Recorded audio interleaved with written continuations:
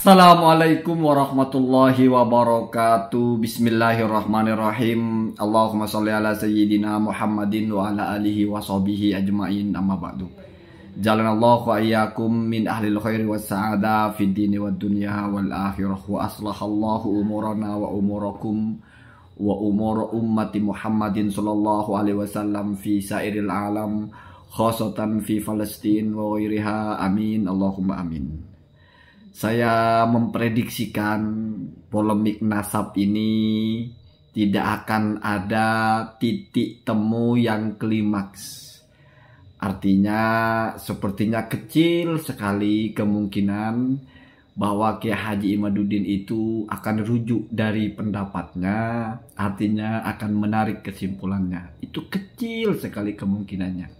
Walaupun kalau kita belajar bahwa hal-hal yang mustahil itu yang tidak mungkin pernah akan terjadi hanyalah hal-hal yang mustahil secara akli, mustahil fil akli. Seperti contohnya kamu menghadap ke barat sekaligus menghadap ke timur, itu tidak mungkin.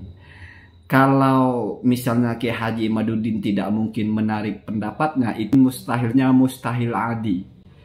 Artinya menjadi semacam keajaiban kalau misalnya menarik ketetapannya itu tiba-tiba menyatakan sah. Mustahil adi itu adalah nadirul wuku saja, jarang terjadi. Ya sama dengan mukjizat. Mukjizat itu kan tidak ada yang melawan akal, tapi cuma melawan kebiasaan. Maka bahasanya itu khorikul adah, menabrak kebiasaan, bukan khorikul akli. Jadi tidak pernah ada mukjizat dari siapapun yang isinya bertentangan dengan hukum akal. Hukum akal itu qot'i, sudah pasti. Kamu kalau tidak mati ya berarti hidup. Kalau tidak hidup berarti mati. Tidak mungkin kamu itu tidak hidup dan tidak mati. Tidak mungkin juga kamu hidup sekaligus mati. Nah, begitu ya. Kenapa saya pikir tidak mungkin? Karena saya menakar-nakar. Apa yang diteliti oleh Gus Rumel itu mungkin sudah sama dengan apa yang pernah disampaikan oleh Gus Rumel, bahwa itu sudah tidak dalam rangka menjawab Kiai Haji Imaduddin, tetapi dalam rangka menjawab orang yang bertanya tentang kekosongan informasi selama 550 tahun. Jadi tentang mencari data, di mana Kiai Haji Imaduddin itu sepertinya bukan hanya itu, tetapi ada hal-hal lain. Kemudian lalu seperti apa ini berakhirnya? Saya menjadi ingat. Saya disclaimer, saya tidak pernah menyamakan Kiai Haji Imaduddin itu dengan Salafi Wahabi. Tetapi mungkin polemik ini akan sama dengan polemik seperti hukumnya orang maulidan, orang tahlilan, atau mungkin bahkan orang kunut. Tapi kalau kunut kan sebetulnya bukan masalah Salafi Wahabi. Kunut itu sudah mukhtalafun bainal madahib. Misalnya maulidan, kan ada saudara-saudara kita itu yang masih terus di masjid-masjid mereka mengatakan itu maulidan itu bid'ah, itu bukan ajaran Rasulullah, itu sesuatu yang diada-adakan dan itu sesat. Kan ada seperti itu. Tetapi apakah maulidan lalu tidak ada? Oh enggak ngaruh sama sekali. Begitu juga misalnya Kiai Haji Imaduddin tetap konsisten dengan kelompoknya menarasikan Ba'alawi bukan dzurriyyah Rasulullah. Baik dengan narasi yang tegas mereka menipu, mereka mengelabui, atau dengan narasi yang soft mereka keliru meyakini. Sebagaimana Kiai Haji Imaduddin juga pernah mengatakan, iya mungkin Ibnu Hajar Al-Haytami itu berijtihad dengan ijtihadnya, dan itu nggak apa-apa walaupun salah. Dimana mungkin semakin kesini ijtihadnya Kiai Haji Imaduddin lebih benar menurut Kiai Haji Imaduddin minimal. Jadi misalnya Syekh Nawawi Al-Bantani atau siapa ulama-ulama yang sudah lampau yang mengisbat Ba'alawi itu ijtihad mereka, dan namanya ijtihad itu memang rawan ada perselisihan karena bukan qot'i. Sehingga pada akhirnya tetap kubu ini akan merasa benar dengan pendapatnya, tetapi tidak akan ada imbasnya. Artinya lebih kecil lagi kemungkinannya kalau misalnya Robito Alawiyah menyatakan bahwa Ba'alawi itu bukan dzurriyyah Nabi. Lalu Robito Alawiyah sudah tidak lagi melakukan pencatatan nasab. Bahkan mungkin Robito Alawiyah izinnya dicabut karena terindikasi mengisbat nasab di mana isbatnya itu palsu.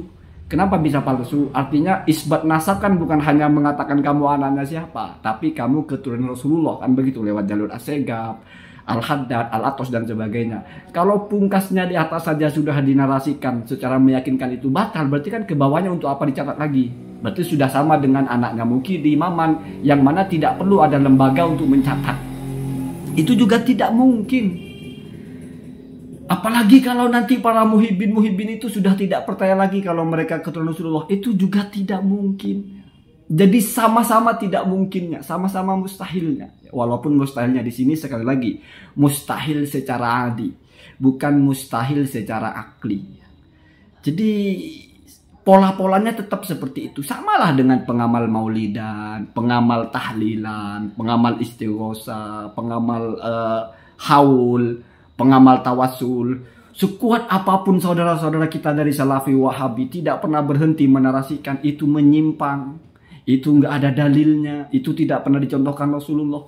Kenyataannya ya tetap saja iklimnya tidak bergeser sedikit pun. Yang tahlilan tetap tahlilan, maulidan tetap, begitu juga para habaib ya tetap saja seperti itu.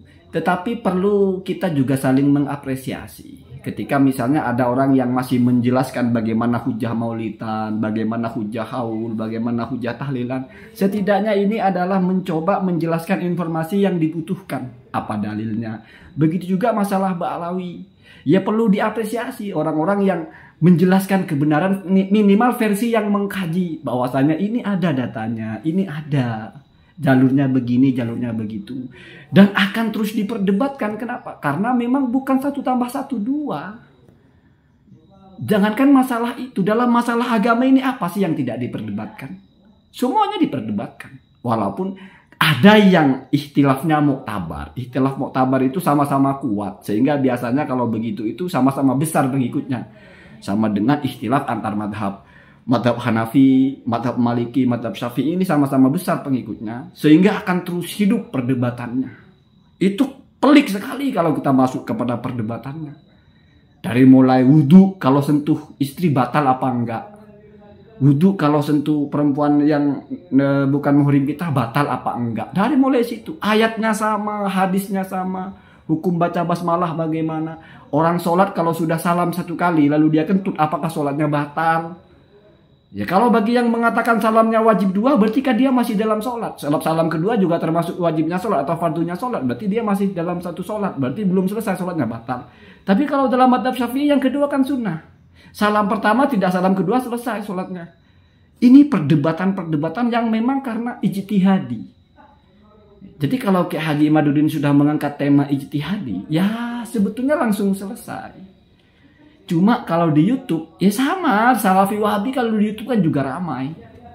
Saya bertahun-tahun bicara tentang Salafi Wahabi, kita mengkritik ceramahnya Ustadz Firanda atau siapa, tapi ya tetap saja. Yang maulidan, yang anti maulidan ya. Jadi mari kita mulai menganggap ini sebagai hal-hal yang sudah fitrah ya, mewarnai kehidupan kita. Allahumma hadina ahdasabil. Assalamualaikum warahmatullahi wabarakatuh.